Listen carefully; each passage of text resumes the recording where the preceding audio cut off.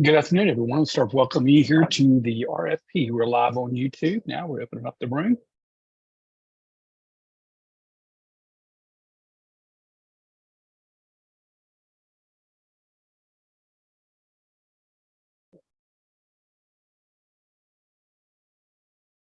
And I'm just going to do a little bit of work on layers.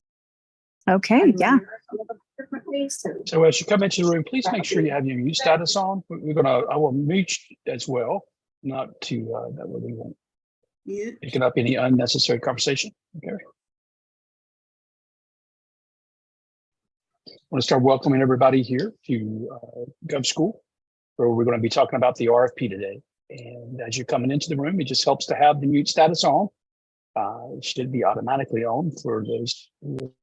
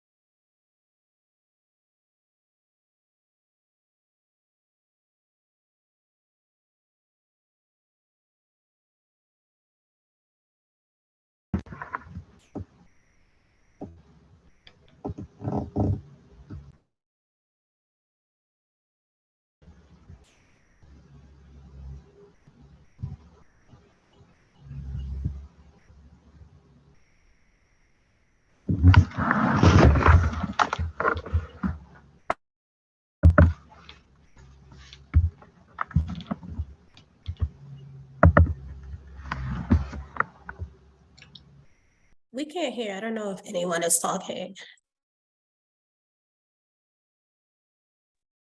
I can't hear anything either, but no. Okay. Sorry about that. I was talking and I had my mute on. Apparently I turned my own mute on. Please I can't hear maintain your anything mute at all. status. Yeah, how about now? Is everybody okay? Can everybody Yes, hear we me? can hear you now. Yes. We were wondering. Okay, Put I it in the apologize. chat. I turned my mute on. Yeah, just start Please, over. Yeah, we good I right will now. We start good. over. Yes, sir. I'll start over. And in that process, please, if you do have a question, if you raise the hand, technically speaking, or unmute yourself and just ask the question as we go along, that would be helpful. So let's just start back at the beginning here. I want to welcome you. My name is Mark. I'm one of the founders of GovDirections. And as you can see, I've been around a long time and I'm not so familiar with all the technologies these days. It kind of slips me as well. So been doing this since 1998. And we're certainly glad we're able to help you today. One of the very first questions that I always get when I'm working with our clients is, what is an RFP? How do I work with RFP? And so I developed this class as a way to help our members learn how to read the request for proposal. I think that really is the first step. I mentioned I'm a professor in a major university where I actually teach graduate students who are going to be your future procurement officers, and I teach them how to write RFPs. And so this discussion today is sort of a reverse of that process of teaching them, and but in a condensed, instead of a whole semester, we're going to do it here in about an hour and a half. And so if you have any additional questions as we go along, stop me. I will stay here as long as you have questions today. Okay, and individuals are still coming into the room. It does help to maintain your mute status as we go along. But the RFP itself is the first document that you're going to most likely come in contact with once you start working with government, and it stands for Request for Proposal. And when you pick these up, the first thing I want you to remember is, it's supposed to be hard. This is a quote by Tom Hanks. This is from A League of Their Own, and he's a softball coach, and he's teaching everyone. Everybody can get out there and play softball, but if you want to be the best, it's hard, and you got to get in there and you got to learn. You got to teach yourself. Otherwise, everyone will do it. And so just remember that as you're going through government contracting as a whole. And I'm going to talk to you about a number of different instruments. These instruments are basically the method that governments work to ensure that everyone's treated fairly. Okay, and it's also to make sure you clearly understand what they're seeking and how to respond to them in a uniform manner, because they want everyone to have the same shot. Okay? And I would encourage you, as you're going through and you're learning, to participate in our GovSchool area. GovSchool is a service that we created really right after our primary services, which are GovDirections. It's a simple mechanism to monitor local, state, and federal contracts. And then, of course, the RFP delivery, which we've introduced this year as a more advanced artificial intelligence enabled, as well as geospatial analysis of bids. So the aggregation of information to help you find the bids. But then we learned quickly that in order for you to be successful, we had to help you learn to win them. And so we created GovSchool, and we have different classes. You can always come here and you can see the topics stay on based on your interest in what you tell us. Tomorrow morning, we have our first actual sort of a conversational networking hour. You're welcome to attend. I was pointing out earlier that when I was muted, that you can come at any given time and use this channel to participate in these sessions. Some of them do require registration ahead of time, but otherwise it's always available to this channel or within our YouTube Lives channel. Set-asides, I'm going to talk about set-asides tomorrow. What are they? How do you go about using them? It's going to be at 3 o'clock. And then we have even a contract and mini boot camp. We also have disaster procurement next week. It seems like we're always in the season nowadays, but typically the hurricane season is sort of getting ready to start up. Knowing in the Southeast specifically, or in a fire potentially in the West, how to be ready for that, should that occur, and where you need to go ahead and register. We're going to talk about that on Monday. And then next Tuesday, I'll be talking about price research. And then we're excited to point out we're going to start an entrepreneur series for how to aggressively grow your business with Professor Chris Hanks, who's returning to help us with this topic. And then next Thursday will be write their RFP response. So that's where we're focusing on actually with a subject matter expert, Ms. Tammy Bailey Foltz, who talks to you about how to actually prepare a written response. Today, I'm going to talk to you about how to read the document that you're going to be presented with first to see if it's a fit for you. Okay, and so we want to spend our time to do that. The primary purpose is in this session, I'm going to identify the structure of a request for proposal. I'm going to walk through each section. I'm going to explain its importance to you. I have dropped into your chat box. Hopefully everybody can see that a document that I've written. It basically helps you. It's about a 52-page document that you can go back and look at in a later time if you want. I'll also will drop in the slides in the session in just a few minutes. And this is a recorded session on our YouTube channel. It's recorded live. So as soon as it's over with, you can go back and click it and watch it as you see fit. In addition, if you ever want to have any particular one-on-one sessions, feel free to go to your member home page at RFP Delivery or at Gov Directions, and you can request a demonstration. When you click that link, you can actually request a time slot where you can sit with us and we'll talk with you about how to respond to an RFP. There's no charge to it. Just choose one of those and we'll be glad to do that. There's a couple of different options on here. Okay, so we like to work with our members. We want you to be successful. When we help you with that, you stay with us, and we like that. We have a high retention rate, and we were proud of that. Been doing this for a long time now. And so here we are today. And when I actually talk about an actual RFP as an example, I'm going to use one that I've submitted. I've got some experience in this marketplace. I've been working with government contracting at first since my first contract was in the mid-90s. I've worked in over 34 states. I've won over 350 individual contracts where I've served a local government in the capacity of consulting related to human resource management, which is where I was trained in my working career to work. My basic training. It led to the creation of Gov Directions because it was just so difficult to learn about future contracting, future bidding opportunities. So I said, well, hey, this is probably an easier way of doing this. And we literally started the service in the basement of our home, and it's grown now. We just passed our 116,000 member. So we're real happy about that. We're real glad to serve you. It does serve us perfect. Oh, actually, I haven't shown my image or anything. So we're here today, and I really want to thank you. But I want you to focus in on the screen today as opposed to me. And so we're going to spend more time on the actual documents themselves. Here today, we're going to first tell you there's differences in how local governments or state governments or the federal government approaches you. Okay, they use what I refer to as contracting instruments. I think everybody kind of does, and I like to think of this. This is how you get together and you're both making music together. Kind of think about it that way. But the main documents that you're going to find in the local government space, state and federal area, is the request for information first. Our sources, so it's also shown there, our request for qualifications. And these documents are basically when the government approaches the marketplace and says, we're trying to accomplish this objective. We need this service. We need this supply. And we need to know who is in the marketplace able to serve us. Okay, the more traditional sources sought, where we're just trying to see if there's a competition. If there is, then we're going to come out with a competitive request. Okay, but if there's not, we might even just go sole contract.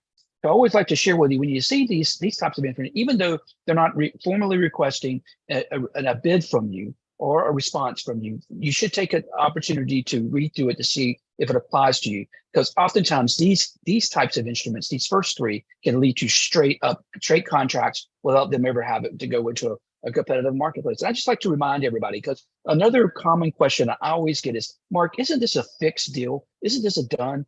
When I read this, it looks like my competitor's already written it. And the truth of the matter is, if you're looking at a request for a proposal or an invitation to quote or an invitation to bid, it is a competitive marketplace. They want you to respond. It's pure competition. Okay, I just echo that. Your competitor may have written it, because it should be good marketing practices for your own company to actually have an RFP prepared that fits you and that can hire you, and so that you can provide that to individuals who are thinking about acquiring your services or your supply. It doesn't really make a lot of sense for the government to go in and reinvent the wheel all the time. It's easier for them, and it's better in sometimes to lean on you to help them as a subject matter expert, to tell them what they're going to be acquiring. And so I encourage you to step out and do that.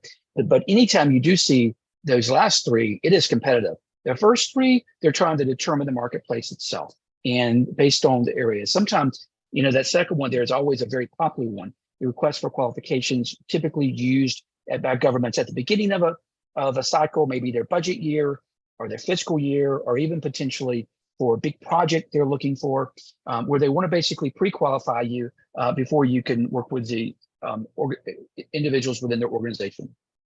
So it's important, specifically for these first three, that you have your capability statement ready to go. You've heard that, you'll hear that terminology. If you're not familiar with them, contact us. We'd be glad to assist you. I have a class in that. There's one in our YouTube live channel. There's also a good sample online that we can share with you. I'll try to type that in just a minute. But basically, it gives you, shows you the types of information the government is seeking when they're asking for your capability statement. It's not your resume. Kind of like your resume, but it's not your resume.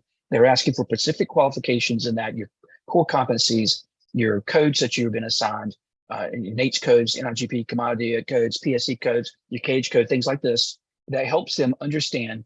And you can record this locally. You're welcome to do that. And I'm gonna allow that. It is recorded already when you're on YouTube Live. It's automatically there. And you go to our main channel. I'll show you in just a minute how to do that, but it is recorded and available to you. So you don't have to do that, okay? The invitation to quote and the invitation to bid and the request for proposal are more specific solicitations where there's an item that they're seeking you to respond to, and they're going to tell you how to do it in those documents, okay? Invitations to quote can oftentimes be informal, and you kind of step up in formality based on the invitation to bid, which can be very, very specific and have the specifications in stone there. Now, you can't really deviate from those at all.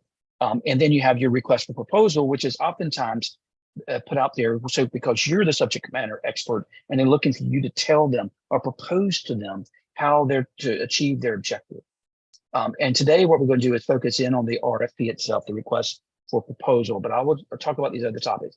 And as you know, as a professor, I want everybody to do it the right way. But at the end of the day, people have to make do with what they got. And you got to recognize that. So there's oftentimes a combination of these instruments that are available out there. So sometimes you'll see a terminology of an invitation to bid, request for proposal pulled together, or invitation to quote and RFP to pull together, and so forth. And so I'm going to share some of that too. So we have the perfect world, and then we have the real live world. That's one thing I talk about in our boot camp. It's just sort of really how it works, how to get in there and do that.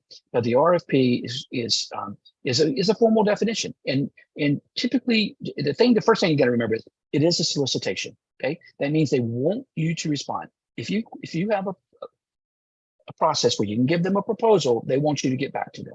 Okay, it is actually a bidding situation.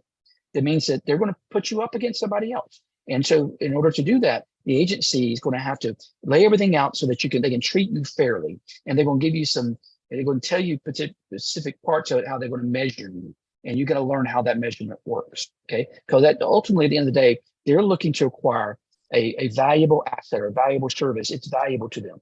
Okay, this is not speculative business that we're talking about here. It's not like you and I going to one of those home websites and thinking about putting a new roof on our house or something. We go out there and get a quote, so we go, oh my goodness, has anybody seen the price of roofing lately? And then you step back and you don't actually do anything.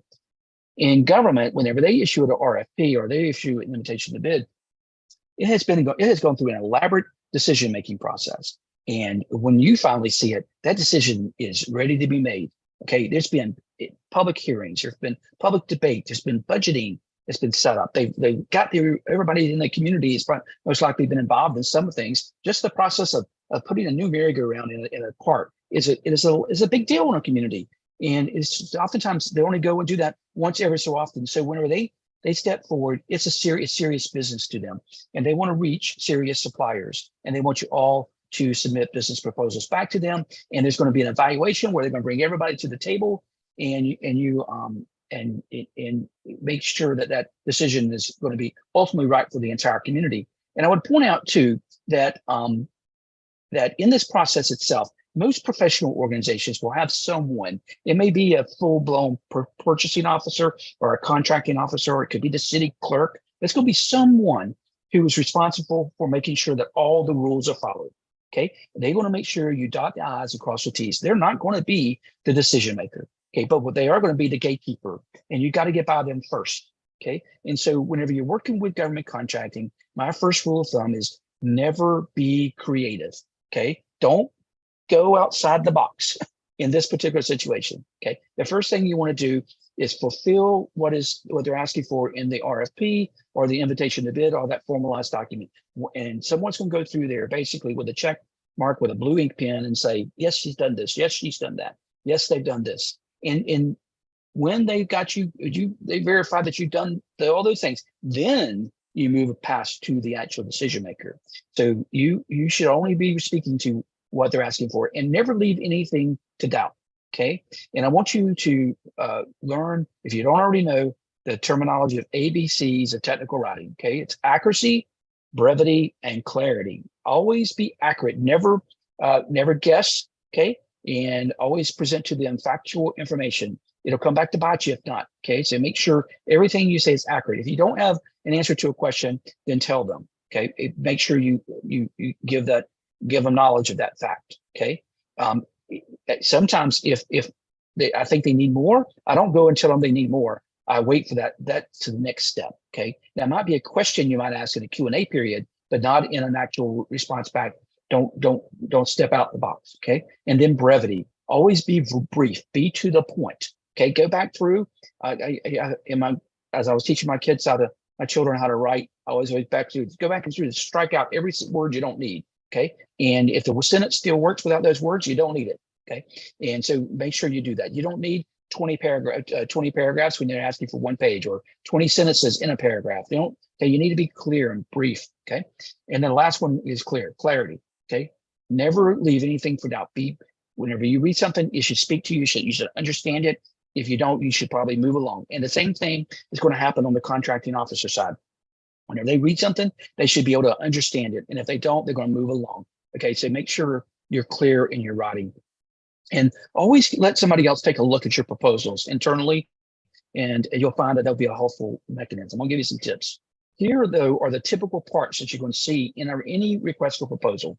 And if you don't see them right up front, you need to really kind of look at them. Okay, now I actually have a Google Drive whenever I respond, and I actually, in my Google Drive, it's going to say RFPs, and it's going to say I'm going to have individual folders for each of these items. Okay, and you should do the same thing, because once you see one of them, they're all about the same. Okay, there might be some slight deviations, but you can modify certain things based on your own work responsibilities. So just as an example, while my work is traditionally classification and compensation studies, I also do organizational analysis in particular areas, and I also do costing analysis. So there's 3 different topics that are sort of somewhat the same and may have some similarities in some of the technical specs and so forth that you see here, but the language that I use in describing that is always different.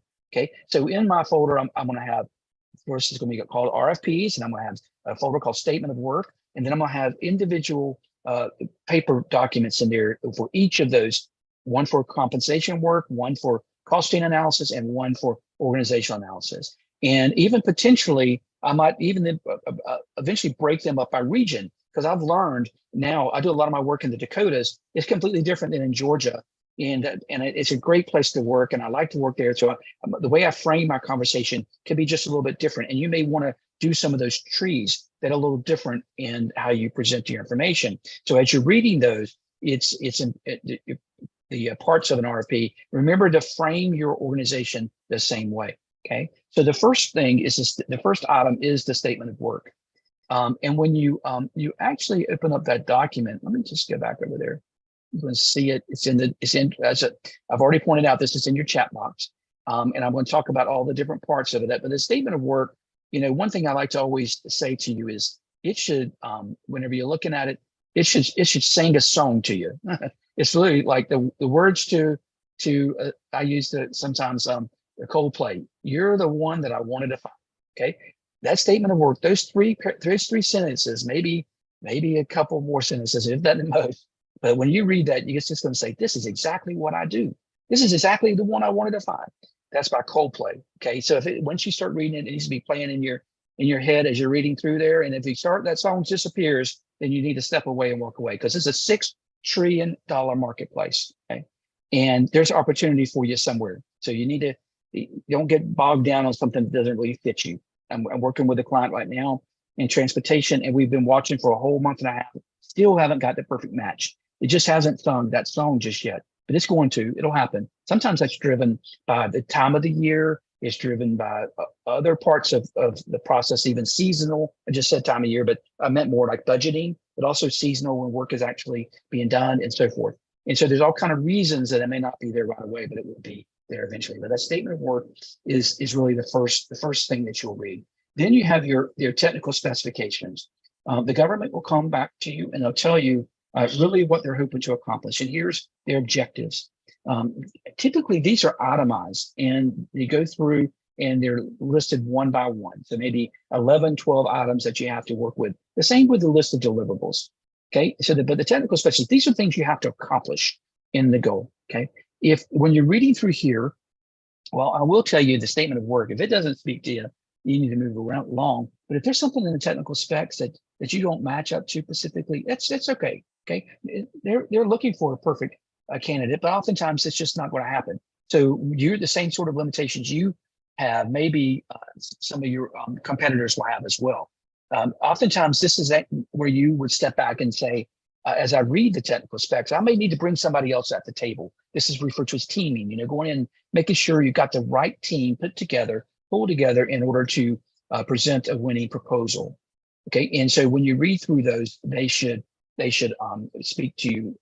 And in your folder, you need to start in your second folder within the RFP. You got statement of work, and then within that, you're going to have these other items, samples that are based on your work product.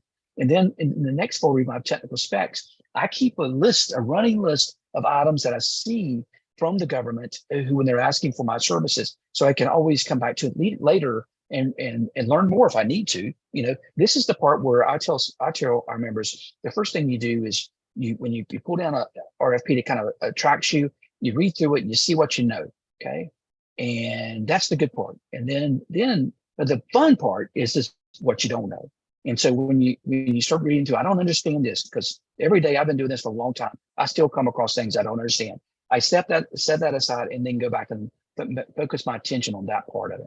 Okay, and that's going to be more often the case in your technical specs. But what you're going to find over and over again are the same specifications in your work product. Okay, and if it's been written by your competitor, that's not the best thing. So you need to get out there and do some of that marketing so that your product itself can be pushed into the marketplace. Go to those meetings, present your capability statement, and along with it a sample RFP. Have that on your website that you have, if you have a website, and so they know what they need to ask for whenever they want to hire you. Okay, and then the next area that you want to really focus in on is the schedule. The schedule is a lot of times driven; it will drive your profit product, but I'm going to share with it always the contract terms of your profit center. Okay, but initially the schedule, making sure you have enough time to respond. And I would, just to point out with another adage that I always use, work expands so as to fill the time available for its completion. Okay. I get calls, and one of our probably number one complaints, I didn't have enough time, Mark, to respond to this RFP. You guys didn't give it to us quickly enough. Well, the truth of the matter is, we get it to you pretty quick, but it's in our research, the governments don't necessarily always give you the time that you're looking for. Okay. If I have an RFP and it's 3-day turnaround, I can do it in 3 days if I've got everything set up right. Okay. At the same time, I just responded to one the other day that gave me 2.5 months to respond to it. You know what I did? I took the 2.5 months. I didn't send it off early.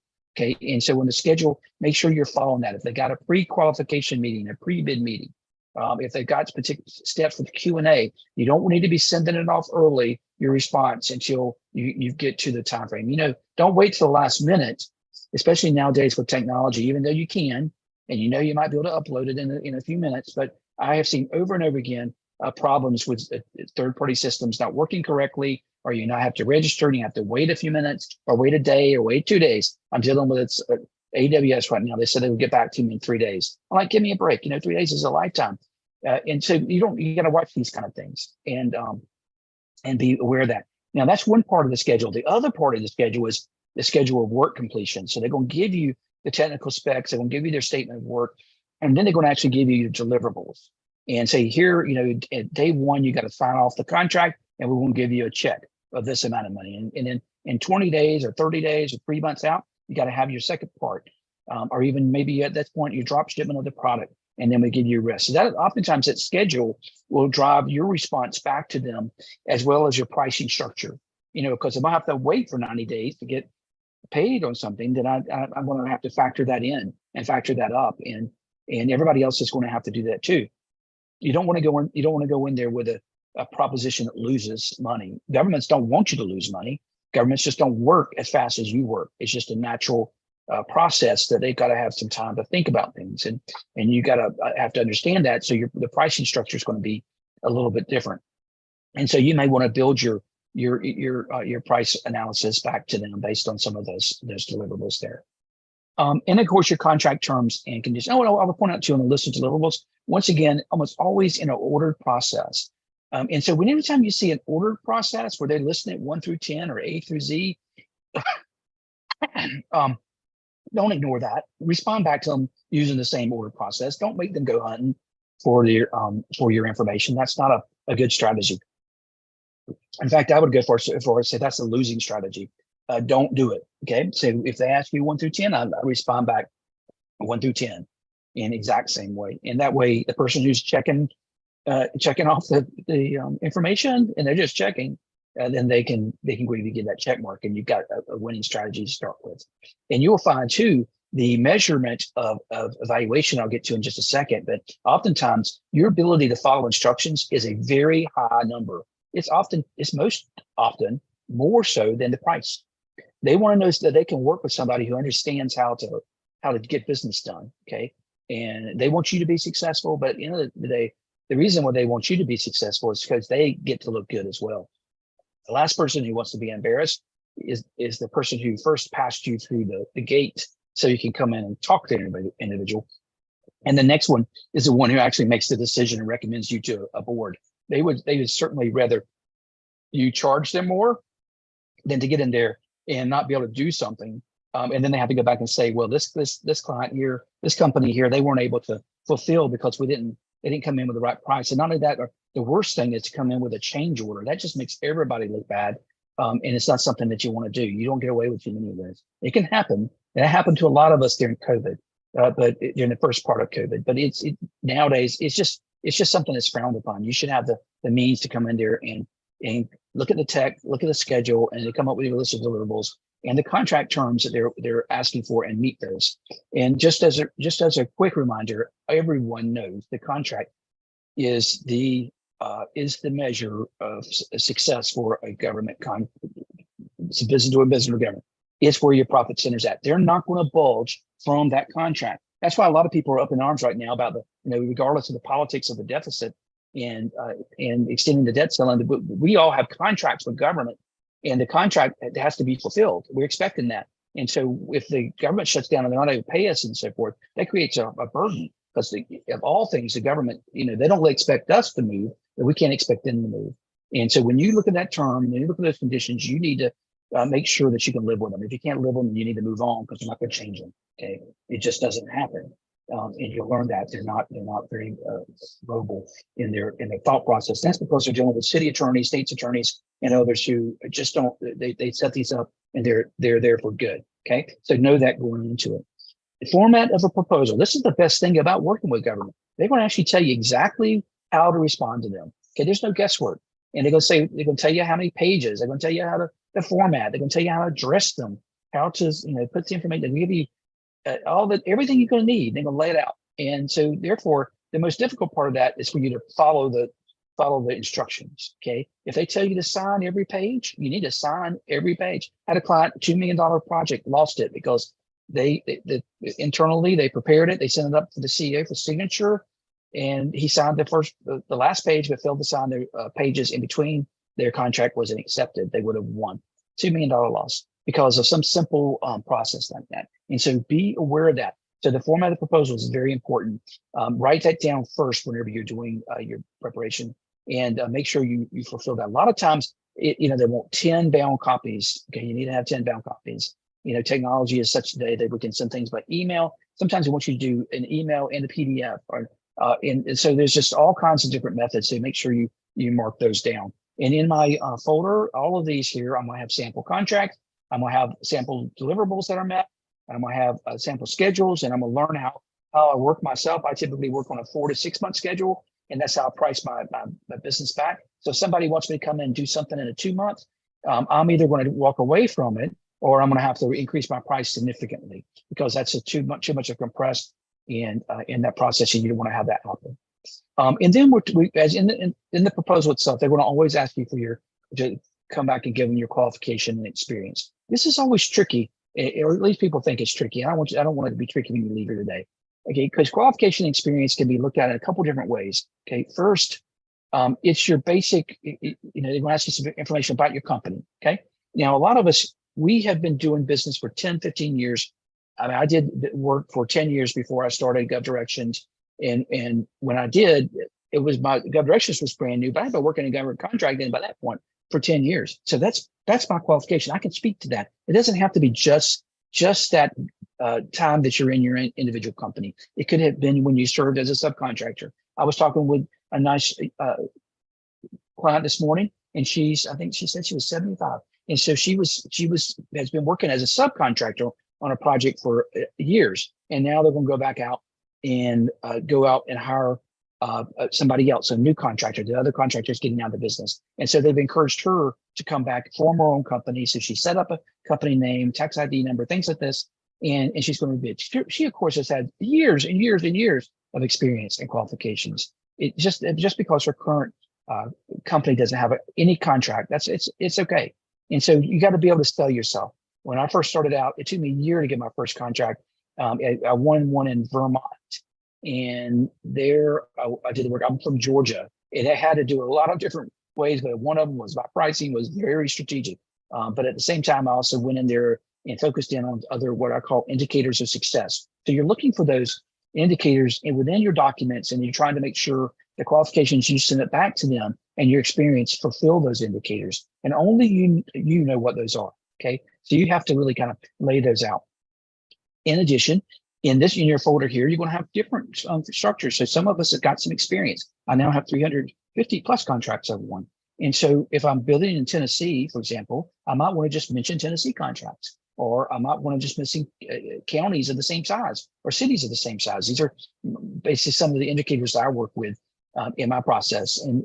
And so you know that sometimes if you don't have a lot of experience in one state, then you're going to give them a lot of experience you have in every state so that you can try to break into that.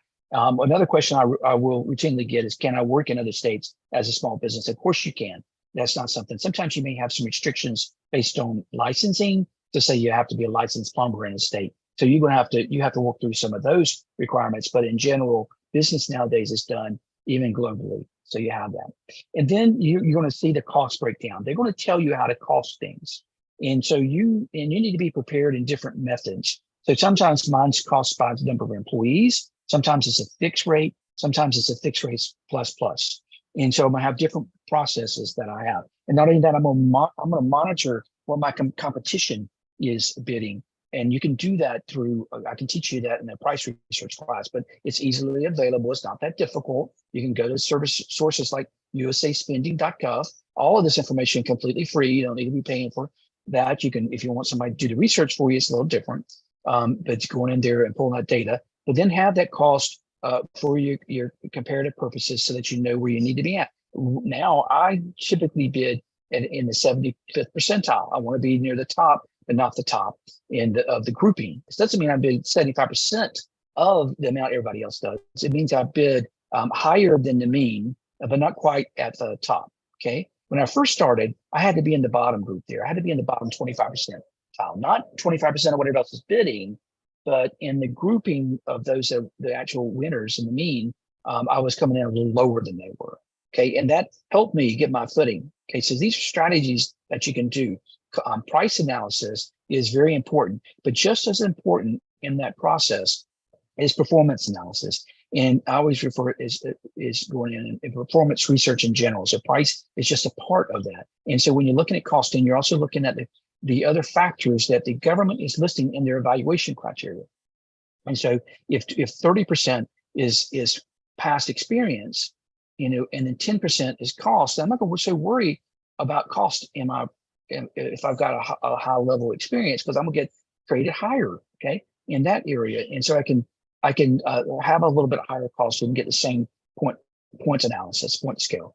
And so make sure you do that. And I always encourage folks, if you're not sure, on your evaluation method, go ahead and just have, they're going to basically tell you how they're going to evaluate you. They're going to give you a point breakdown. Have everybody in the office, maybe you have 5 friends come over for a cocktail party or something, say, here's my proposal, and I want you guys to all grade me and give me a ranking and let me know how I'm doing. And that's the average of what you get in that group is going to be the exact same average that you're going to get from the government group. It's not any school of evaluation.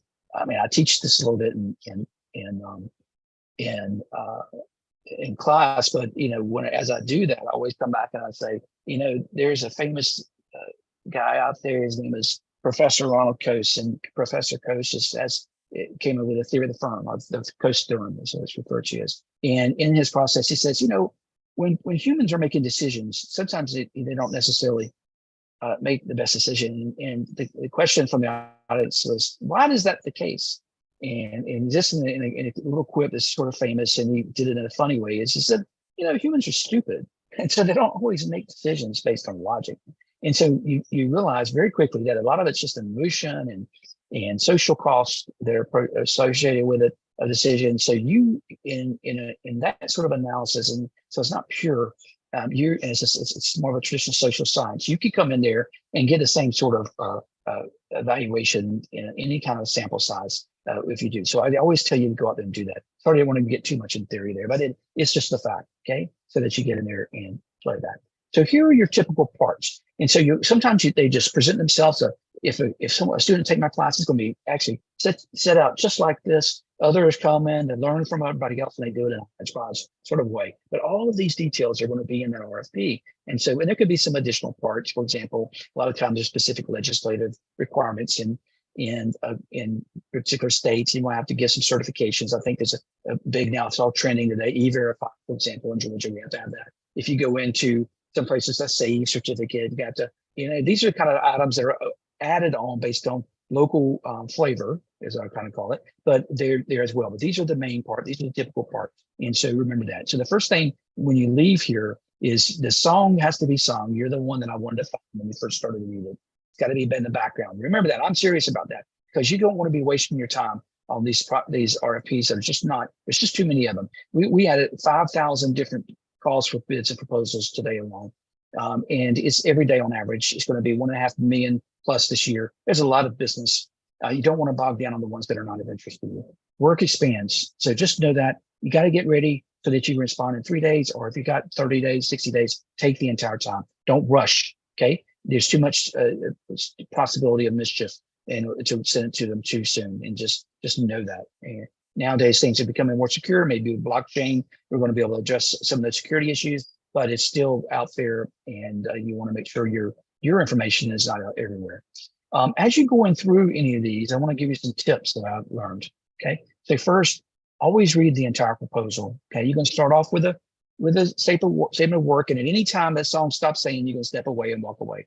But if it's still singing, you're going to go through, read the entire proposal, so you're not caught by something at the very end saying you have to have this and you just don't have it. Okay. Because they're not going to make exceptions for you. Okay. That's not the same as a technical spec that you're not quite meeting. That's just a part of an overall proposal. But sometimes there are specific items, like you have to be within 100 miles of our offices or you can't participate. Okay. I have never seen that, but if you did see it, then that's going to rule out everybody that's 110 miles out. Okay. So you don't need to be bothered with that. Pay attention to the areas we discussed. Okay. Those are the primary areas. Read through them. If you don't understand something, mark it. Okay. First, understand what you know, then pull out what you don't know. Okay. And then you can come back and reevaluate that. Okay. That doesn't mean you don't necessarily need to bid on it because you don't know something, but but you need to think about it twice. Okay. So that process, because there is never a perfect one that sings the song 100%. It's going to be some of those words you may have forgotten as you go along. You know what I'm saying? And so that's it. Second thing, after you do, set it aside. Think about it. Talk to your colleagues in your office. Make sure this is something you can do. Make sure it's a good fit. Okay. If it's not a good fit, don't try to make it. Do some research here. One thing I do is I go back and watch and I do a lot of work with cities and counties. Okay. So I go back and I watch the city council meeting and the county commission meeting, and I like to see the engagement with the officials, because I'm going to be eventually dealing with the elected body.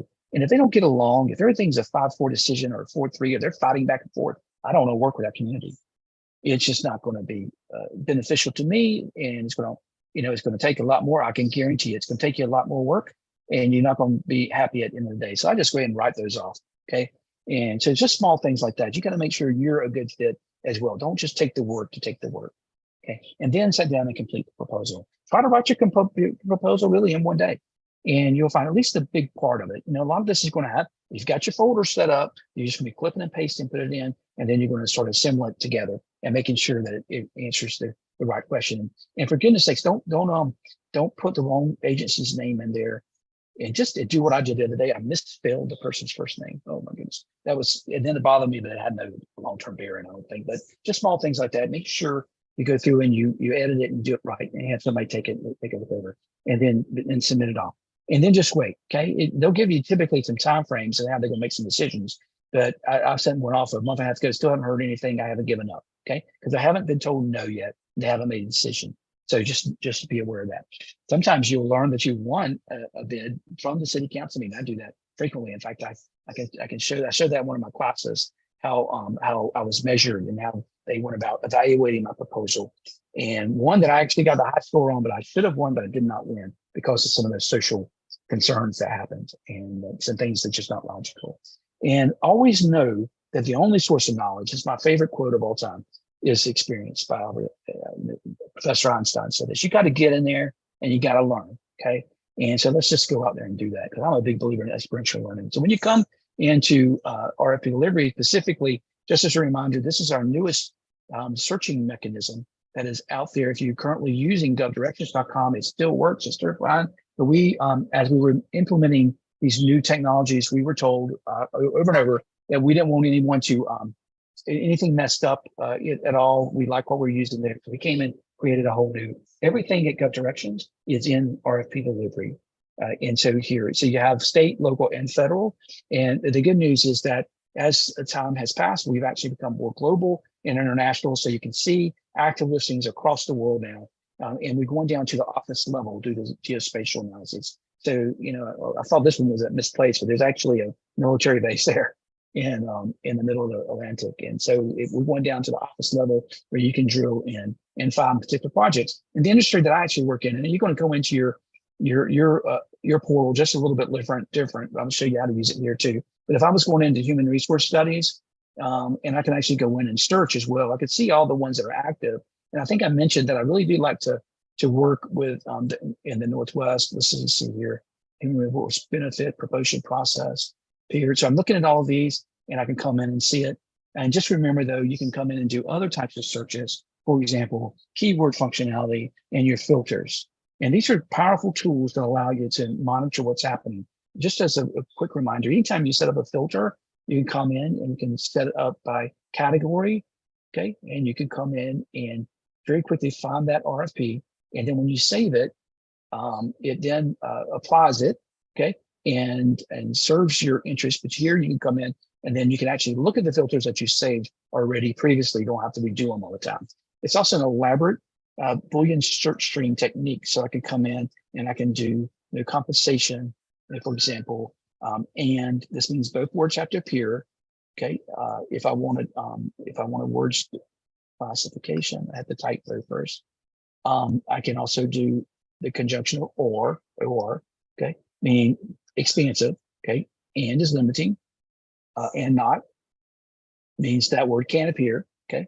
Typical. This is how we all search, all you newbies before Google. Okay, so you can go out there. This is the Boolean search technique, but we allow you to do that. And when you store it, then you can go in and you search it. You can actually save it over here to the right. That's going to change from requested demo to save your word search. Okay, so I save that. I never have to come back and run that. So in the future, when I come into my home page, I can actually go in and I can look at my filters here and go and apply them, or I can actually go into my settings box and see those here, my saved searches. And here we go. We got human resource there, maybe on the next page now. I got a lot of them. Here we go. And not study. Here's one. I'll apply that and it'll give me a live pool. So I don't have to, and those can be very elaborate. I have one customer who has really about 50 different search words. And so we put that on there, and that's just a way to go on. Knowing that online search is an active search process because we're adding a couple of bids a minute. Okay. Your daily alert itself is going to come to you just for the previous 24-hour period. Okay. So here are a couple of different projects that are out there. And let's see if I can find one that I might have an interest in. There are certain states I like to look in and see if there's anything in Georgia, first of all, maybe in the Dakotas. Nowadays, I like to go where there's going to be some good fly fishing. Oh, there's one in New Hampshire. That'll be a good one. That's one of my first ones area. So let's just go in and let's take a look at that. This is going to be a state and local bid due on May 12th in New Hampshire. If I don't want to lose it, or maybe want to tweet it to someone, I can go and tweet it. Let's just go out there and tweet it to the world. We'll get some competition if I do that. So we've got about 25,000 followers there.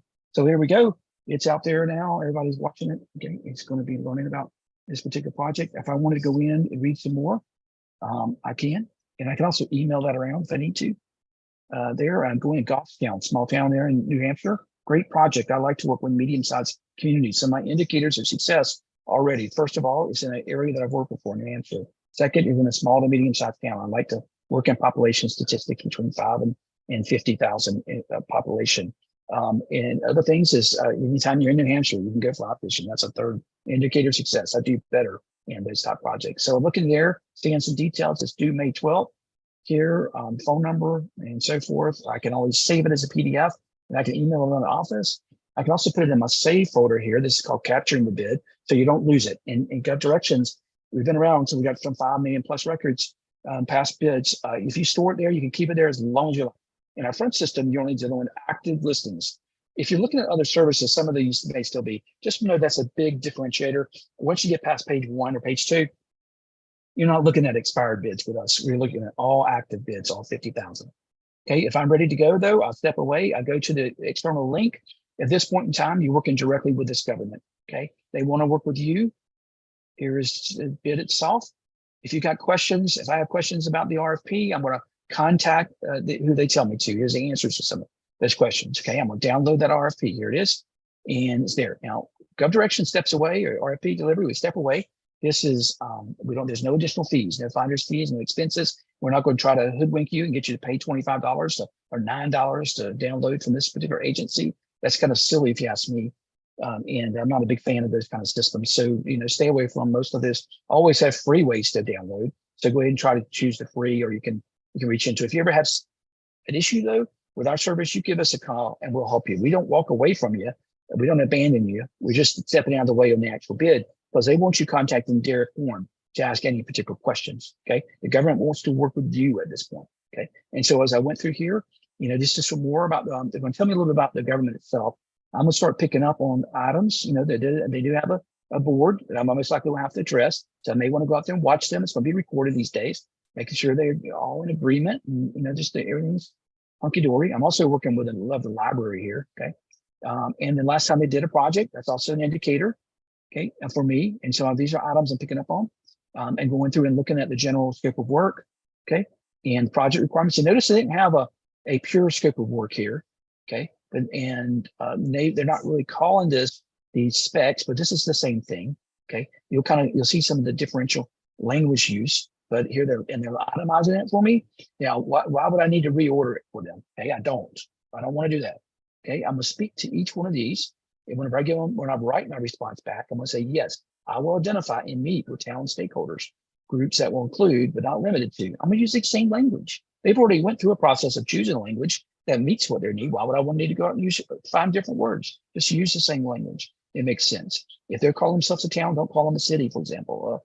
Goodness, or be more specific. These are just small tips. If you haven't ever bought the book by Shrunken White, it's called The Elements of Style. Make sure you do. Go to Google, and you can. I think it's free on the internet nowadays. But I give it to any individual I know who's graduated from high school, going to college. It's called The Elements of Style. Okay, or even if you're just approaching high school, it teaches you how to use words effectively. Okay, it's a great book, and it's been over 100 years, I believe. And so use that. And so if you go in here, and then they're going to talk about various topics. Sometimes I don't know things like this year. I'm not an expert in it, but I have a friend who is, or another a teaming partner, and then I'll call that individual and say, hey, you're going to be a part of this project with us. Please come on board. Okay, know where your weaknesses are, so you can help support that part. Okay, going through, list of them, and then they have this in different phases. So that's really becoming your deliverables too. Okay, so they didn't call it a deliverable, but it is the first part's the first deliverable. Second part is a second frame. Okay. And so you're going to go through and individualize these for them. How are you going to do this? Is the format of response that I talked about. Here it's called submittal requirements. They want 2 paper copies of 1 electronic copy. Okay. And so you're gonna have to give them 2 paper copies, make it print out. And don't do like I did the other day. I printed something out and realized my daughter had used the other side of it for all these other things. And so I had all these beautiful purses on the back of my paper. And that wasn't a good thing. So make sure you check through and you make sure that things like that don't happen, because they can happen when you get down to the last minute. If you need a technical writer, they'll keep that from happening, keep those issues from happening on you.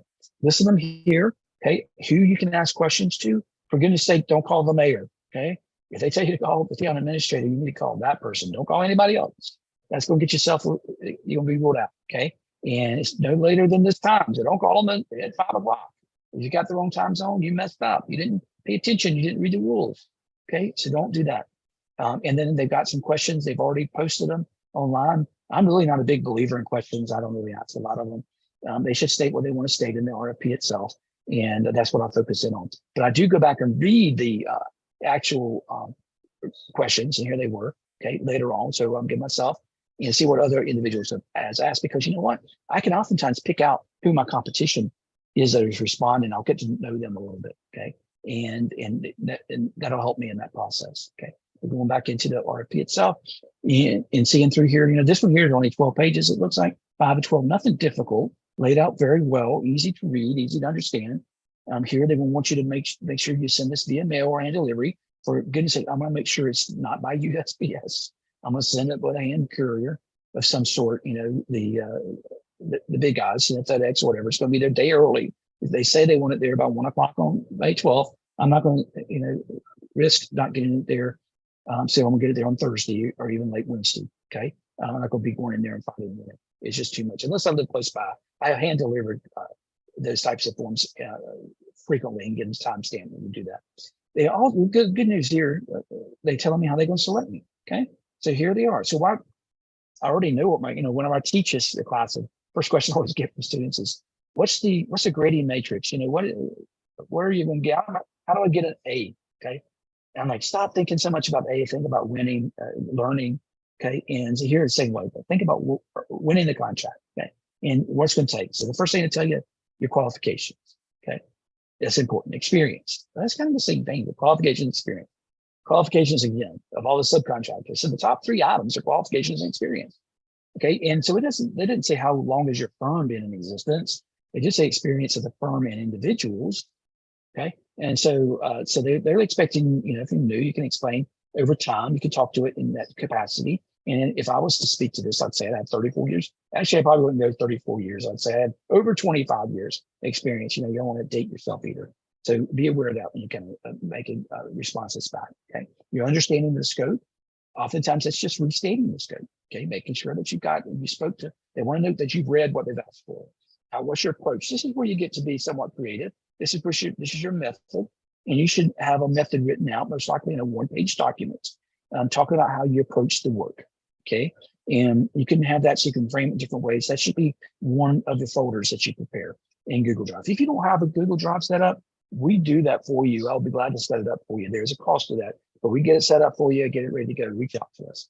I don't want you to have any barriers because you won't have time. We can do it for you and help you with that, okay? But it's somewhat standard, and get all your documents in there. I have somebody on my time name that they've already purchased that, and we're getting that done for them. References, have your references laid out. You need 10 references, okay? Start with that minimum, okay? If you don't tell me you can't find 10 references. And they don't always, sometimes it says here, live work experiences. Well, this would be an actual contract, okay? It could be other parts, it could be your former boss, it could be former people, if you don't have any, ideally you're gonna have 10 live work references, but not all of us do. So they understand that. And I'm not going to strike you out because of that. Remember, it's an overall process and points add up, and you could miss a couple points. You're still going to be okay. And then they will ask for your proposal cost. So sometimes this is actually not in RFPs. They actually ask you to separate that. Okay. But here it is. It's number 7, though. It's way down on the list. And then your commitment to project timeline, just basically say, yeah, I'm committed to it. And you get all those points.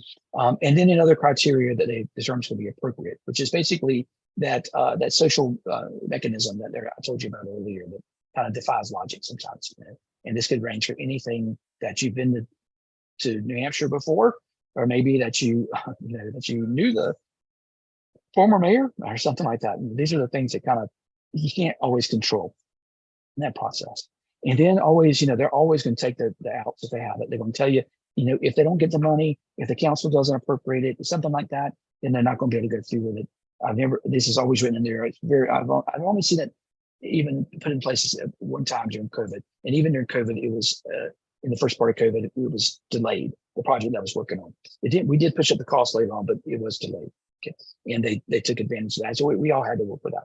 Insurance requirements, they're going to always be in there. This is going to be these things just in general that the city attorney is going to require, the county attorney or the state's going to require. In this particular case, it's $1 million. Most of us can get that on easily on with your ADP or with your QuickBooks or anything like that, or just generally with your insurance company. Never go out and buy a policy when you haven't won the actual contract. Okay, so make sure they'll allow you to up to a certain period of time. Generally, somewhere in this document, it's probably going to say before you can sign the document, you have to have proof, and then at that point you get the insurance. What I would do if I didn't have this is I just get my insurance agent to write a letter saying I'm insurable, and that this will go into effect at the onset of the contract signing. Okay, something like that. So you don't have that out of pocket expense. You don't need to be going in and doing that. In general, $1 million is going to be the most likely the number that you're going to find in government contract, unless you're doing with federal government. Okay, or even a major university. Sometimes I had one project that they wanted me to go up to $5 million, and I'm like, and literally the project itself wasn't worth the amount of money that would pay for the insurance policy. And I'm saying, I can do this, but you got to pay for the insurance. Because it's just silly, and so they stepped out of that and they dropped that. That's one time I did have a little bit of a win for it. And then failure to submit is a cause for rejection for this. They'll always tell you that. So they can award it to you and then they can reject you afterwards if you don't do it. Okay. In this particular case, the cost proposal is laid out. This is, in fact, most often the case. So you don't have to go through any elaborate analysis or anything. You just need to give them a price. Okay. Your total number of hours that you expect and what that rate, make sure that kind of matches up in the math. Okay. And if you got other expenses, I usually just give my all-in expense in my hourly rate and not worry about this, because that can sometimes rule you out when you're breaking it down like that. And you just want to be aware of that. So they have this broken down in 2 phases. Okay. And so everybody this year, they do this because they want uniformity. Okay. And they want everybody responding in the same way. So don't think they're going to make an exception if you're asking for an exception. Okay. So just so you know that going into it. And then you acknowledge that you've seen everything. These kind of certificates are important that you don't miss any of these. Okay. And so if I was in my Google Drive, if I'm working in New Hampshire a lot, I'm probably going to go ahead and download this one so I know what it looks and feels like the next time, because everybody else would be asking for the same thing. Okay. And they're going to give me some attachments and details. And here's another, it's an independent contractor. If I've got an independent contractor, there it is. It wasn't hard. Okay. And I guess it's supposed to be hard, but it wasn't hard. There was 12 pages laid out pretty well. And I can add more to it if I need to, if it's a government, and you'll find that sometimes they do, but you really need to focus in on the main parts of that. And so that's just one item that I found out. And so what we had done today, what we had hoped to do, is go through, and just our purpose was to identify the structure, which I've done for you. We walked through each section and we explained it in a live situation as well, in an actual RFP. So we've accomplished our objective today. So I'm going to stop at this particular point, see if you have any questions in our discussion here. I see some questions. Okay. So we got past the part where you couldn't hear me, so let me just move on. Here we go. A lot of you about that, I appreciate that. I apologize for not talking right away and I'm a mute setting. Does this database include subcontracting opportunities? The RFP delivery does include subcontracting opportunities and publications when they're seeking oftentimes subcontractors for doing due diligence, or I forget, basically making a good faith effort to reach out. So they are. Not only that, but you can watch for the award notices, and you can frequently see who's winning those. This is a great way to break into the marketplace. If you haven't done this before, right, go in to look at the awards, see who's winning. These are all the most recent 30-day period. A lot of times I don't even know that they've won. Okay, in your particular market. Okay, so when you read through, when you pop through, you can actually see who won and at what price point, and you can then go in there and potentially approach that company and let them know that you're in the same business and you want to serve as a subcontractor. This is a $1.2 million contract.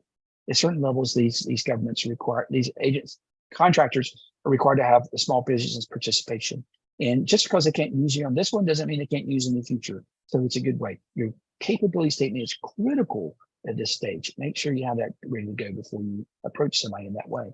So it is a good place to go in and learn. And so here we go. We do have subcontracting. Okay. And where would a list of items needed in the Google Drive be listed? Let me just pull that up. I'm going to show you how I do that. If you go to Tammy Bailey Folks class, that's a great class, by the way. She does it not this Thursday, but next Thursday at 4 o'clock. We do it every other Thursday. Okay. And let me just pull this up. I'm going to show you my Google Drive. But I want to show you everything else beforehand. Let me just get to that point. Let's see. Then I'll just open up that individual customer member folders sample. Okay. So Google is, I'm a big fan of Google. Okay. And they give you some tools, and you can go out there and you can create an elaborate system when everything's free there. I also use something called Monday.com. It's a great tool. It keeps everything organized for me. But here is a free one for you to use. There's no expenses of any kind. I have my sample file here. I come in, I have RFP components. I have my capability statements. Sometimes I have multiple capability statements because I'm in different lines of business. Remember, I told you that. And completed responses, I always keep a folder of completed responses. So here's one that I just recently did, and to the Small Business Administration. It was actually a request for RFI, and you see how I laid it out. And I kept it as a sample, but here they asked specific questions, and I addressed it specifically how they asked it. Okay, I didn't do anything else too elaborate. I laid out the question in front of it, in fact, and spoke to my capabilities. I spoke to how we work and so forth. Okay, so I have those stored there. Another one for as a subcontractor that I bid on, going in, same cover letter, going in with my proposal, laid it out exactly as they requested, and gave the references and so forth. My summary of my subcontractors who were using, these are all clip and paste in my folder at this point. Okay, so you do that. So each folder you keep there, and you drill down, you build on that. I have my completed projects, the ones that have actually worked. So if they ever want a sample, then I can share with them a sample. Okay, and agencies that I potentially have worked with, and I keep that because you know what? After 25 years, you start forgetting. I literally bid on a project. I had already worked with them once before, and they remembered it. I didn't even remember working with them because that can happen. You got to keep up with that kind of information. My capability statements, you should have those online. I have different versions. If you're not familiar with the capability statement, it should speak out to what you do, okay, and have those details for you. Everybody's just a little bit different in that process. Somebody's asking, is there a class on capability statement? If so, when we'll be Watch for Club School, there is definitely one. But as always, if you go to our live YouTube channel, there's one that we just recently did. There's 100+ of you in that particular meeting. So you can go on there. And these are always live, and we record them live. So you're able to do that. RFP components going in, and so here is ordered A, B, C, D, E, F. It's backwards here. I also have a little thing, and this is what I do. I keep reminding myself so that I can know that you need to write that out. But you have your executive summary. You have your different components that are built in here. Yeah, complete it. Go back in there. And this is really the forms. I always have them there, your certifications, your methods, deliverables, qualifications, and experience. You have it laid out. So you don't have to just reinvent the wheel all the time. And your pricing structure, how you're going to actually go in there and do that and have those so recent wins on there, and your competition. I also have in another folder, I have my competition's responses so I can see what they've done. And you can pick those up online. So for example, one that I worked with in Carter County, Tennessee, I actually bid on this project.